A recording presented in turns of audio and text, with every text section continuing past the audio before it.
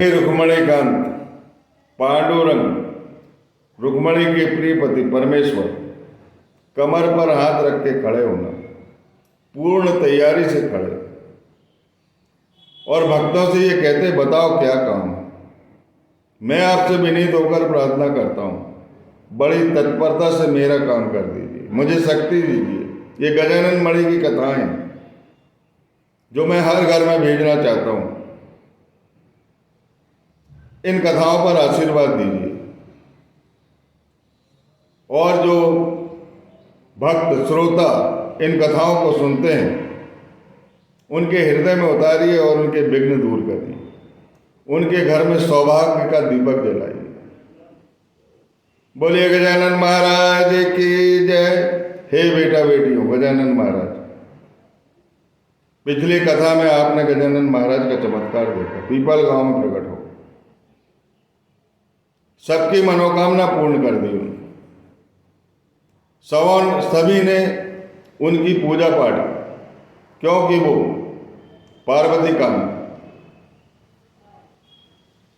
कर्पूर गौरम के विशेष भक्त, और जहाँ भक्ति होती है वहाँ भगवान प्रकट होते हैं। और गजानन महाराज गए और उन्हें मारुति मंदिर भी बहुत प्रिय।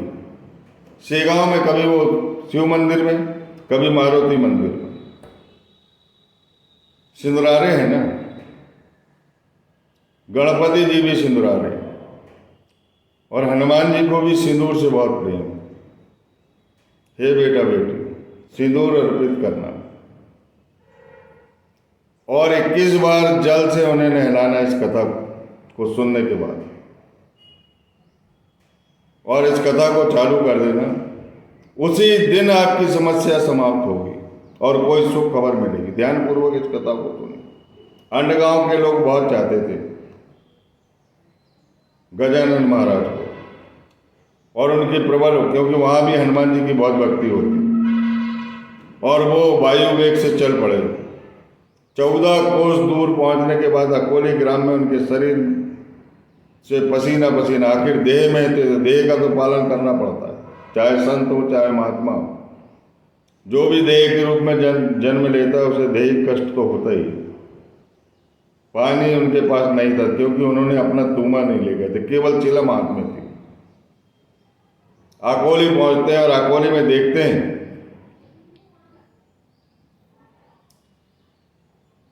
कि एक किसान जो है, किसान के बारे में आप जानते हैं, किसान तो अपना ईश्वर है, अन्नदाता है।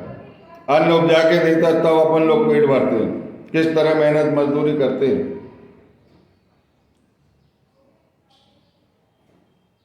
श्रीहरि की कृपा से, विठल की कृपा से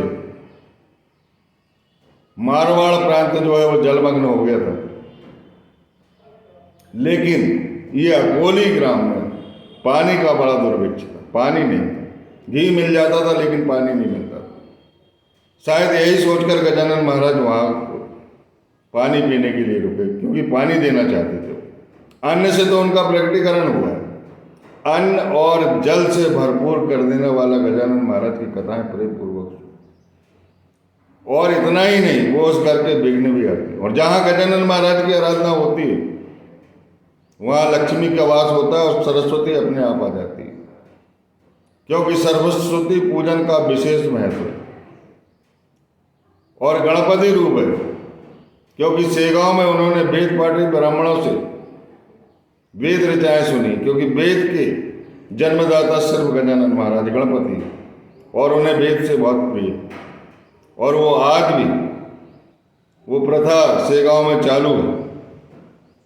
बसंत पूजा जब भी होती है तो ब्राह्मणों को बुला के वेद ऋचाएँ सुनी जाती है और आम का रस और पूरी खिलाई जाती है।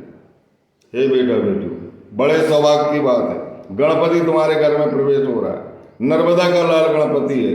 बताऊंगा कथा में कि ये कैसे नर्मदा के लाल गणपति। स्वयं गजानन महाराज ने अपने वक्तव्य में कहा कि मैं स्वयं गणपति अवतार हूं,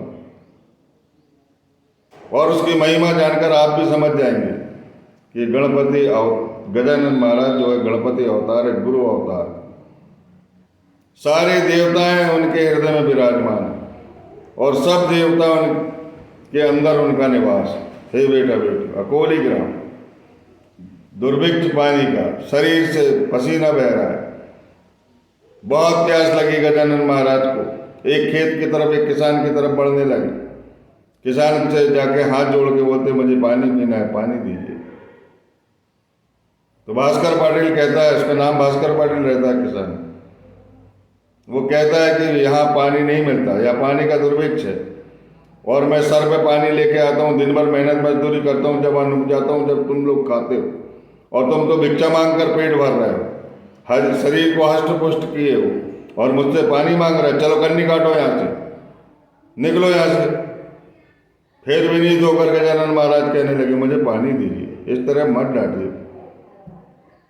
तुम्हें नहीं डांटूंगा तो किसे डांटूंगा? मेहनत मजदूरी करना आता नहीं, दूसरे से मांग मांग के खाते हो, शरीर को हष्ट पुष्ट करते हो, क्या पुण्य मिलेगा? क्या खाक पुण्य मिलेगा तुमसे? मुझे तुमको पानी नहीं देना है। बहुत खरी खोटी सुनाता है। फिर भी विनीत होकर गजानन महाराज बोलते, सुन लिया मैंने तुम्हारी बातें, उसके बाद भी मुझे पानी पिलाओ तो बड़ा पुण्य का काम होगा। फिर खड़ी खोटी सुना देता हो, रे चंडाल यहाँ से भागता है, नहीं नहीं तो मैं तेरी पिटाई करता हूँ। गजानन महाराज ने हाथ से स्मित किया और धीरे धीरे एक सूखी बावली की तरफ बढ़ने लगे। अरे मूर्ख, अरे अज्ञानी, कहाँ जा रहा है? बोले, मैं इस बावली की तरफ जा रहा हूँ, इसमें पानी होगा तो पी लूंगा, मेरी आत्मा को शांत करूंगा। अरे 12 वर्ष से उस बावली में एक बूंद पानी नहीं है, मेरे समझाने पे भी नहीं मानता, उस बावली में कुछ नहीं है, कहाँ जा रहा है उधर? चल यहाँ से भाग।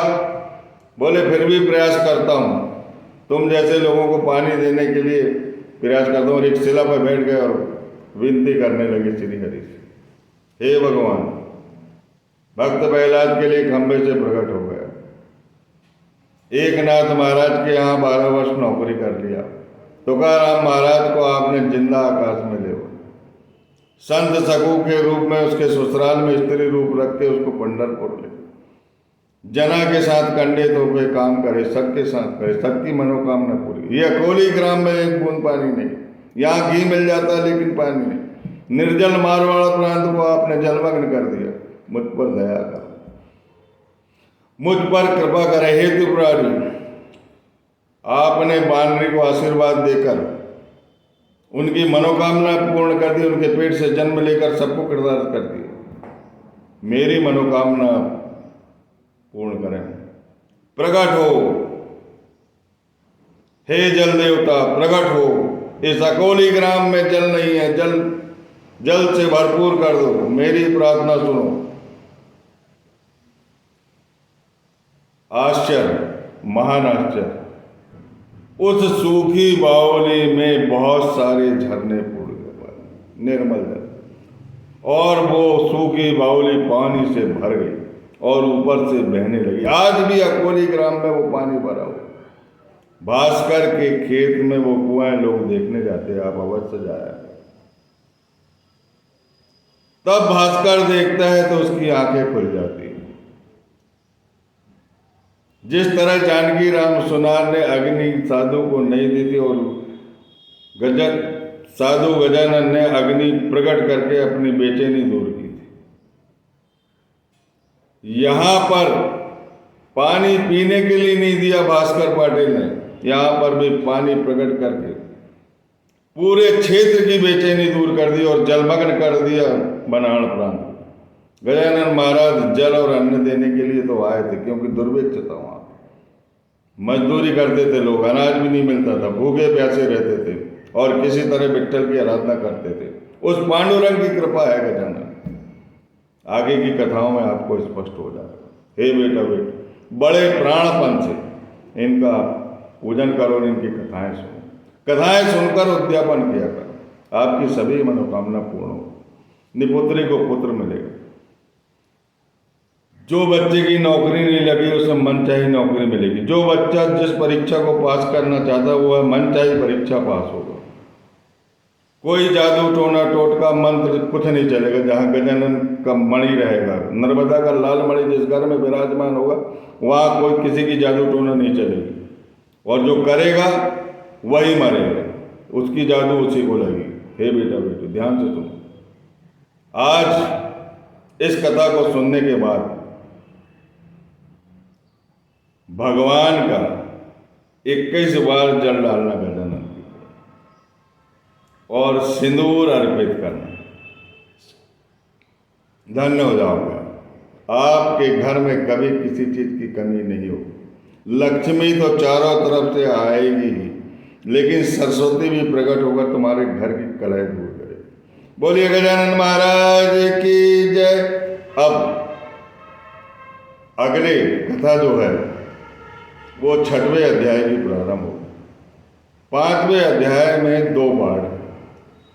ए पार्ट में पीपल गांव की कथा और बी पार्ट में अकोली ग्राम में पानी प्रकट करने की कथा। जो इन कथाओं को पढ़े सुनेगा उनका कल्याण निश्चित है।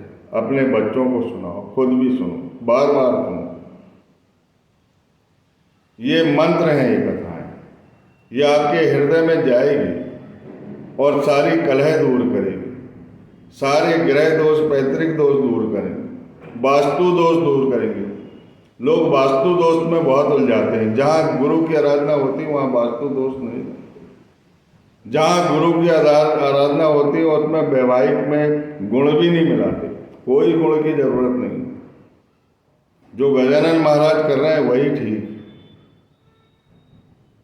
सारे दोष का निराकरण सदगुरु होता है और सदगुरु ईश्वर से मिलाता है, क्योंकि सदगुरु और ईश्वर एक ही चीज है। भागवत में लिखा है, कृष्ण भगवान ने अर्जुन को यही उपदेश दिया। ध्यान पूर्वक इन कथाओं को आत्मसात कर लो और अपना कल्याण कर लो। यही मैं चाहता हूँ, यही मेरा पुण्य है, यही मेरा लोक परलोक, यही कथाएं मेरी सुना है पार लगाएगी। आप कथाएं देकर मुझे कथाएं सुनकर मुझे आशीर्वाद दिया करो। बोलिए समर्थ गुरु गजानन महाराज की जय।